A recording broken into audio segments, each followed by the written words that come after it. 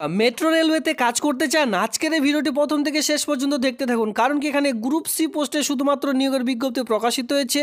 আবেদন করার জন্য আপনাদের শিক্ষাগত যোগ্যতা শুধুমাত্র কি প্রয়োজন? মাধ্যমিক পাস শিক্ষাগত যোগ্যতা প্রয়োজন। শুধুমাত্র 10 স্ট্যান্ডার্ড এবং কি 12 স্ট্যান্ডার্ড এই দুই ধরনের শিক্ষাগত যোগ্যতা অনুযায়ী দুই ধরনের পোস্ট কিন্তু এখানে রয়েছে, যেটা কিন্তু অল ওভার ওয়েস্ট বেঙ্গল জুড়ে মেল ফিমেল সকলে কিন্তু এই পোস্টের জন্য আবেদন করে নিতে পারবেন। আমি আপনাদের এক এক করে দেখিয়ে দিচ্ছি আবেদনের প্রসেস কি করে আবেদন করবেন। যদি নিজ এলাকার মধ্যে এই সকল মেট্রো রেলওয়েতে কাজ করতে চান, আপনারা প্রথম থেকে শেষ পর্যন্ত ভিডিওটি দেখলে কমপ্লিট ইনফরমেশন একটি ভিডিওর মাধ্যমে পেয়ে যাবেন। সাথে সাথে বলে রাখছি, যে সকল বন্ধুরা একদমই নতুন রয়েছেন চ্যানেলটিকে সাবস্ক্রাইব করে দিয়ে সঙ্গে থাকবেন এমনই নিত্য নতুন ভিডিও সবার আগে দেখবার জন্য। এখনও পর্যন্ত যারা সাবস্ক্রাইব করেননি তারা অবশ্যই চ্যানেলটিকে সাবস্ক্রাইব করে দেবেন। তো দেখুন, ইতিমধ্যে আমি কিন্তু রেলওয়ে ডিপার্টমেন্টের যে মেট্রো রেলওয়ে ডিপার্টমেন্টের অফিসিয়ালি সাইট, সেই সাইটে কিন্তু ইতিমধ্যে ভিজিট করেছি। আপনারা চাইলে এখান থেকেও কিন্তু নোটিশটি ডাউনলোড করতে পারবেন। সেই লিঙ্ক কোথায় রয়েছে সেটাও দেখিয়ে দিচ্ছি। আর যদি আপনারা কেউ চান যে নোটিশটি সরাসরি ডাউনলোড করবেন কোথা থেকে, টেলিগ্রাম গ্রুপ থেকে, অবশ্যই সেখানেও কিন্তু লিঙ্ক অলরেডি প্রোভাইড করে দেওয়া রয়েছে। এই ভিডিওটির ঠিক নিচে রয়েছে ডিসক্রিপশন বক্স, সেখানে কিন্তু আপনারা লিঙ্ক পেয়ে যাবেন টেলিগ্রাম গ্রুপের। ক্লিয়ার? তো এখানে দেখুন, যখন আপনারা এই মেট্রো রেলওয়ের যে অফিসিয়ালি সাইট, সেই সাইটে চলে আসবেন, একটু নিচে স্ক্রল ডাউন করবেন জাস্ট। এখানে কিন্তু বারবার বলছি, গ্রুপ সি লেভেলের চাকুরি রয়েছে, শুধুমাত্র 10 স্ট্যান্ডার্ড এর সঙ্গে 12 স্ট্যান্ডার্ড যাদের রয়েছে তারা কিন্তু প্রথম থেকে শেষ পর্যন্ত ভিডিওটি দেখুন। আপনাদের জন্য খুবই গুরুত্বপূর্ণ একটি চাকুরির বিজ্ঞপ্তি। দেখুন, এই যখন এরকম আসবেন, একটু নিচের দিকে স্ক্রল ডাউন করলে এখানে আপনারা দেখতে পাচ্ছেন যে রিক্রুটমেন্ট ক্লিয়ারিক্যাল এখানে যে কোয়ার্টার রয়েছে 2025-26-এর, জাস্ট এখানে আপনারা নোটিফিকেশানে ক্লিক করলে নোটিশটি ডাউনলোড করতে পারবেন। অ্যাপ্লিকেশন ফর্মেটটি ডাউনলোড করার জন্য জাস্ট এখানে আপনাদের ক্লিক করতে হবে, তাহলে অ্যাপ্লিকেশন ফর্মেটটি ডাউনলোড করে নিতে পারবেন। তো চলো, আমি যেহেতু ডাউনলোড করে নিয়েছি, সবার প্রথমে নোটিশটি দেখে নেওয়া যাক, তারপর আমরা সরাসরি অ্যাপ্লিকেশন ফর্মেটের মধ্যে আসবো। তো আমরা ইতিমধ্যে নোটিশটির মধ্যে অলরেডি ভিজিট করে নিয়েছি। সবার প্রথমে আপনারা যেটা লক্ষ্য করবেন, দুটোই কিন্তু গ্রুপ সি লেভেলের পোস্ট, ঠিক আছে। আর এখানে আনরিজার্ভরা বিশেষ করে 18 থেকে 30 ইয়ার্সের মধ্যে আবেদন করতে পারবেন। ওবিসিরা কিন্তু বয়সের 3 বছরের ছাড় মানে 33 পর্যন্ত আবেদন করতে পারবেন। এসসি এসটিরা যারা রয়েছেন বিশেষ করে তাদের জন্য কিন্তু বয়সের 5 বছর ছাড়, সেই নিয়ে 35 ইয়ার্সের মধ্যে আবেদন করতে পারবেন।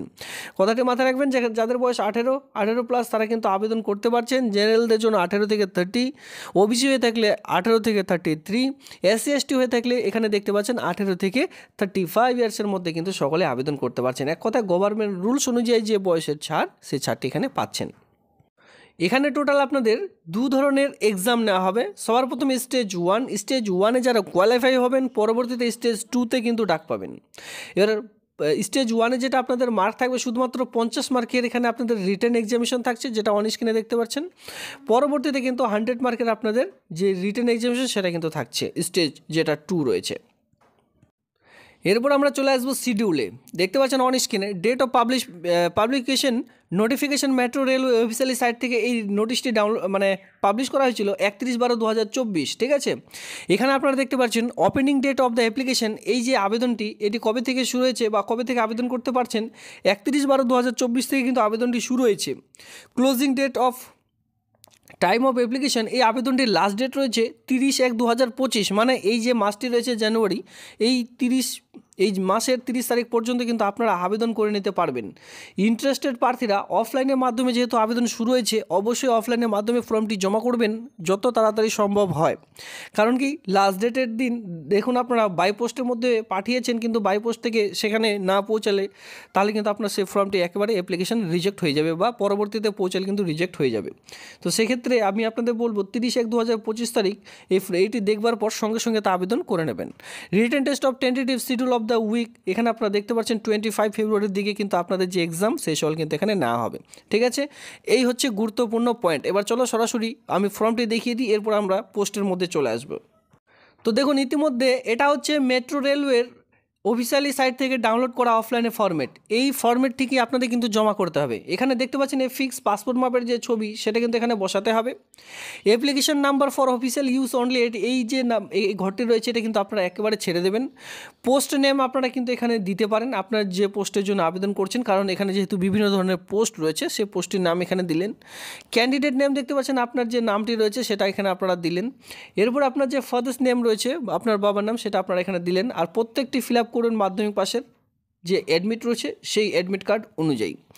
এরপরে দেখতে পাচ্ছেন মাদার্স নেম, আপনার মায়ের নাম বসিয়ে দিলেন, ডেট অফ বার্থ বসিয়ে দিলেন মাধ্যমিকের অ্যাডমিট কার্ডে যেটা রয়েছে। এবার এখানে বলা আছে জানুয়ারি 1 জানুয়ারি 2025 অনুযায়ী এখানে বলা আছে যে আপনার টোটাল ডেট অফ বার্থ কত রয়েছে, মানে পুরো যে বয়স সেই বয়সটি এখানে ক্যালকুলেট করে বসিয়ে দিলেন।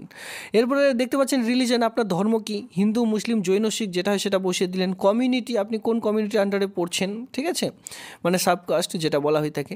ওয়েদার বিলং মাইনরিটি কমিউনিটি, আপনি কি মাইনরিটি কমিউনিটি বিলং করছেন, যদি করে থাকেন তাহলে ইয়েস করবেন, যারা নো, ঠিক আছে, তারা এখানে নো দেবেন।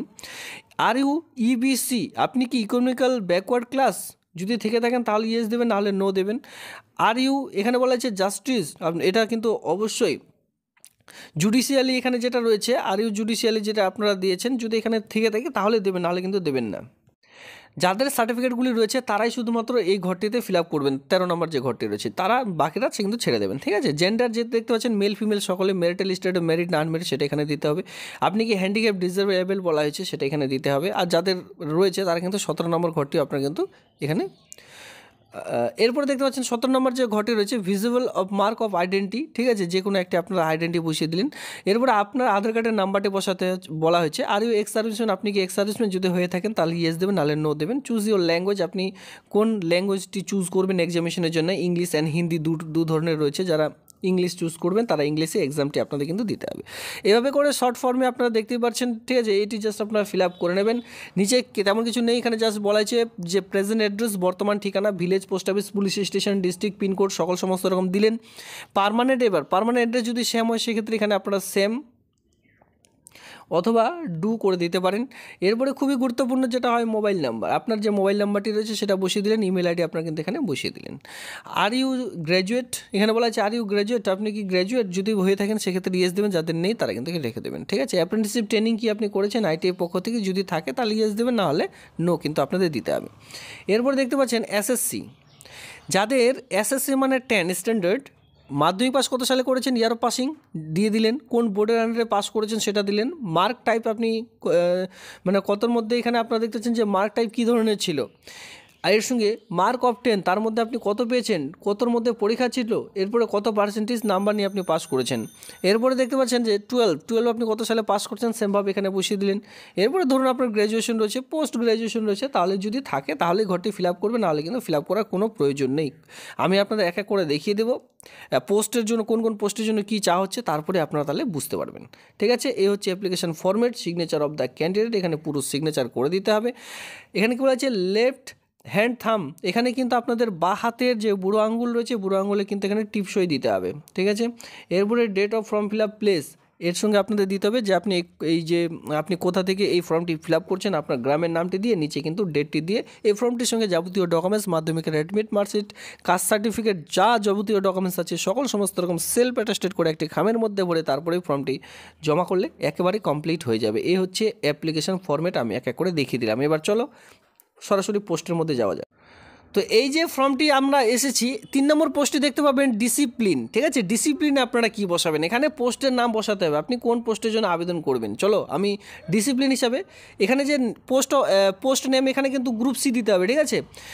2 নম্বর পয়েন্টের মধ্যে আপনাদের দিতে হবে গ্রুপ সি, GROUP, এখানে দেখতে পাচ্ছেন গ্রুপ সি হয়ে করে দিলেন।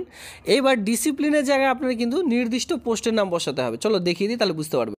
2 ধরনের ডিসিপ্লিন রয়েছে, সেনথাইজার আরেকটা হচ্ছে তাবলা, অন স্ক্রিনে আপনারা সেটা দেখতে পাচ্ছেন। এই যে ডিসিপ্লিন আপনি কোন পোস্টের জন্য আবেদন করবেন সেই অনুযায়ী কিন্তু এখানে বসাতে হচ্ছে। তো এখানে 7 CPC অনুযায়ী কিন্তু আপনার যে বেতন লেভেল 2 অনুযায়ী 7 CPC অনুযায়ী যে বেতন সেটা কিন্তু দেওয়া হবে, গ্রেড পে আলাদাভাবে 1900 টাকা কিন্তু এখানে আপনাদের দেওয়া হচ্ছে।